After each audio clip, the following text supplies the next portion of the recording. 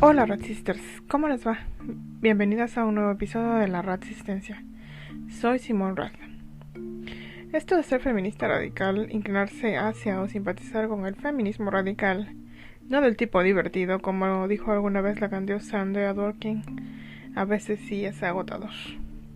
Esta semana el mundo sigue igual de revuelto como siempre, con el coronavirus todavía libre, con la gente negando su existencia, viendo conspiraciones sin buscar evidencias de si serán posibles, con la violencia hacia las mujeres en los mismos niveles que siempre, o sea, pésimos, pero en general todo parecía más o menos manejable. Su servidora tenía en mente tratar temas serios, sí, pero tolerables, o al menos eso me parecían. Y en eso llegó el fin de semana. Dos noticias que encontré en redes sociales me quitaron un poco la fe en la humanidad. Así que comencemos. La primera noticia, aunque pueda parecer frívola, es una gota más al vaso que ya hace mucho que se derrama. El sitio del diccionario Merriam-Webster decidió que redefiniría lo que significa ser hembra, female, y macho, male. Estos términos, que casi siempre se asocian a una definición desde la biología, ahora están siendo mezclados con el concepto de identidad de género. Según el Merriam-Webster, ahora ser hembra es no solo el sexo que típicamente tiene la capacidad de tener hijos o producir óvulos, no. Es tener la identidad de género opuesta al macho. Y viceversa. ¿En serio? Repito, ¿en serio? Ya no solo quieren cambiar los términos hombre y mujer, típicamente usados para definir al macho adulto humano y a la hembra adulta humana. No. Ahora se van directo a cambiar lo que es un macho y una hembra, sin tomar en cuenta la realidad. No, sino una idea, un sentimiento o percepción. Esto es terrible. Para los de Merriam-Webster, la realidad material de siglos, avalada por la ciencia, no importa. Hay que apaciguar a la turba violenta. Hay que olvidarse de que los animales humanos se reproducen de la misma manera que lo hacen cientos de animales en la Tierra, a través de dos sexos, hembra y macho, y que estas clasificaciones no dependen de percepciones, sino de las características sexuales primarias y secundarias de cada uno de los especímenes sexuados que conforman el 99.9% de los seres humanos. Las personas intersexuales o con desórdenes del desarrollo sexual existen, pero también son percibidos en su mayoría externamente como hembras o machos, además de que el hecho de que existan no cambia que el ser humano tiene o se reproduce con dos sexos. La excepción no define la regla. Que una persona nazca, por ejemplo, sin brazos, no niega que los seres humanos, en su generalidad, son animales que en su mayoría tienen dos brazos. Es terrible cómo se están negando estas cosas evidentes y de paso minando los derechos de las mujeres, porque si no hay derechos divididos por sexo, cualquiera se puede autodefinir mujer, y según este diccionario, hembra, y tomar lo que las mujeres a duras penas han logrado tras siglos de lucha. Lucha en que muchas han muerto por buscar ser consideradas seres humanos completos. También esto causa que todos los fenómenos que nos afectan ya no podrán ser clasificados y estudiados correctamente. Por ejemplo, la violencia masculina. Si uno de estos violentos se define como mujer, la estadística cambia y ya no se sabe realmente quiénes cometen la violencia. Y así, borrando la realidad poco a poco, las mujeres vamos perdiendo más y más, gracias a este nuevo patriarcado con glitter. En otras noticias que quitan la esperanza en la humanidad, o al menos así yo lo sentí, esta semana nos llegó la noticia de que en la Ciudad de México la mal llamada niñez trans podrá cambiarse el nombre en el registro civil.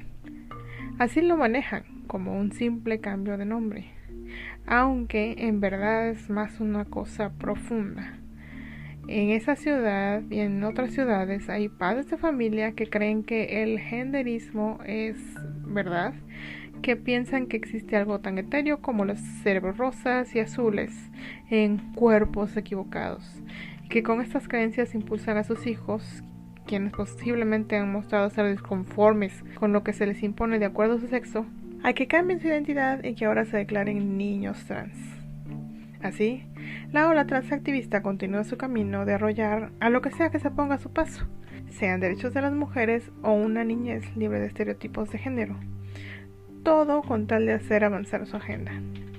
De los derechos de las mujeres y cómo los están atropellando los transactivistas, seguramente han escuchado en diferentes lugares donde hablamos las críticas de género y radfems. Cómo quieren que transfemeninos entren y participen en todos los espacios separados por sexo, sean baños, vestidores, refugios contra la violencia machista, el que sea. Así como quieren competir en deportes en categorías femeniles, incluso si ya pasaron la adolescencia, tienen, por lo tanto, todas las capacidades que crecer en un cuerpo masculino les da. Mayor fuerza, velocidad, capacidad pulmonar, etc. Pero pensemos en lo que están causando estos mismos grupos extremistas que están empujando todo esto y que no son todos los trans, es verdad, pero sí los más vociferantes y exigentes. Están provocando que la niña sea expuesta a las ideas de que, si no se amoldan a lo que dicen los estereotipos sexistas, si no quieren jugar, vestirse o actuar como la sociedad les dice que deben, su cuerpo, ellos enteros están mal. Esto es una total crueldad. Es una cosa horrible que decirle a un niño, una persona que está en crecimiento, que está tratando de encontrar qué quiere en la vida, de sentir que va a hacer algo bueno en el mundo, que está aquí por alguna razón, y que le digan que ellos, porque nuestro cuerpo es lo que somos en última instancia, son erróneos, están mal, son una equivocación, tienen un terrible efecto, es espantoso. Hoy leía una carta escrita por una psicoterapeuta en el sitio de Graham Linehan, un hombre de Gran Bretaña que es crítico de género. La terapeuta, aunque en forma anónima, ha visto cómo ha crecido cada vez más la tendencia a lo trans, cómo se han perdido espacios para chicas lesbianas para comenzar a llegar a un gran flujo de mujeres que ahora se definen como hombres trans. Todos los apoyos para lo trans han sido a costa de apoyos a otras causas. Y ahora le asusta, y no lo puedo culpar, que la narrativa respecto a cualquier niño o niña que no se amolde a los estereotipos de género es siempre una sola, que están en el cuerpo equivocado, que en realidad debían haber sido niños si nacieron niña o niñas si nacieron niño, que hay grupos a los que no deben escuchar porque les desean la muerte, según los transactivistas. Y sí, me estoy refiriendo a las personas críticas del género, las radfems, las mal llamadas TERFs, niños y niñas que han sido adoctrinados muchas veces en línea y que los han convencido con una narrativa tramposa y única. ¿Cuál es esa narrativa tramposa? La narrativa profirmación, que les dice que efectivamente son personas que deberían primero iniciar la transición social, entre lo cual está cambiarse el nombre, pero también vestirse y actuar como lo que se concibe es del otro género. Luego, su siguiente meta debe ser hormonarse. Finalmente, la meta máxima debería ser cambiar quirúrgicamente todo. La mayoría reciben estas ideas una y otra vez en todos lados, en redes sociales, en sitios generales de internet, en los medios que se quieren alinear con estas posturas woke, en sus escuelas progresistas, ya sea por vender o porque tengan miedo que les caiga una turba violenta que los haga cambiar de opinión. También lo reciben de terapeutas que pareciera que quieren simplemente recibir su paga y no realmente explorar si hay situaciones o problemas que estén confundiendo a estos menores. Muchos venden la idea de que no pasa nada con darle por su lado, ya sea a los niños convencidos de que son trans o a los padres que afirman que sus hijos, desde bebés prácticamente, según ellos, ya manifestaban ser trans. Sin embargo, no revisan que claro que existen casos de personas que más tarde en la vida se dan cuenta de que quizá transicionar no era la solución a sus problemas, que tenían otro tipo de situaciones que los hacían vulnerables, como depresión, desórdenes alimenticios, estar en el espectro autista, etc. Y que eso debieron de explorar antes de considerar si realmente la solución trans era para ellos. Sin embargo, como la única narrativa que recibieron fue eres trans, toma, usa estas hormonas, ven, cambia tu aspecto externo, vamos, te convertimos en el otro sexo, falsamente obviamente, pues toman la decisión y conocen las consecuencias después de tomar estas drásticas decisiones. Y conocen las consecuencias después de tomar estas drásticas decisiones. Sí, porque a muchos no les dicen que les pueden causar las hormonas, desde agresividad, depresión hasta infertilidad y cáncer. ¿Qué implica una histerectomía total? ¿Qué sería la menopausia precoz? Y cómo presuntamente funcionarán sus neovaginas y neopenes. Muchas veces nada más de forma similar, pero no exacta a lo que deben. Pero muchas veces no. Es triste que se esté sometiendo a personas a este proceso. Había tanto miedo hace algunos años a la investigación genética, porque algunos aducían que podía llevar a experimentos terribles y poco éticos. Pero ahora estamos viendo una experimentación abierta, con pocos lineamientos serios, pocos estudios de las consecuencias de las hormonas a largo plazo, muy poco control sobre cómo se lleva cada caso, muy poco seguimiento si las cirugías son siempre el camino más adecuado para las personas que se definen trans. En fin, es un daño directo a gente desde su infancia, pero en vez de ponernos a pensar, más bien hace a muchos decir, ¿y qué? Pues es su cuerpo, que lo haga. No les importa escuchar otra narrativa que no sea transiciona ya. No escuchan a nadie más que no sea al grupo más vociferante. No importa si quien pide que se investiguen más sea incluso personas trans que han llamado a este fenómeno con todas sus letras abuso infantil.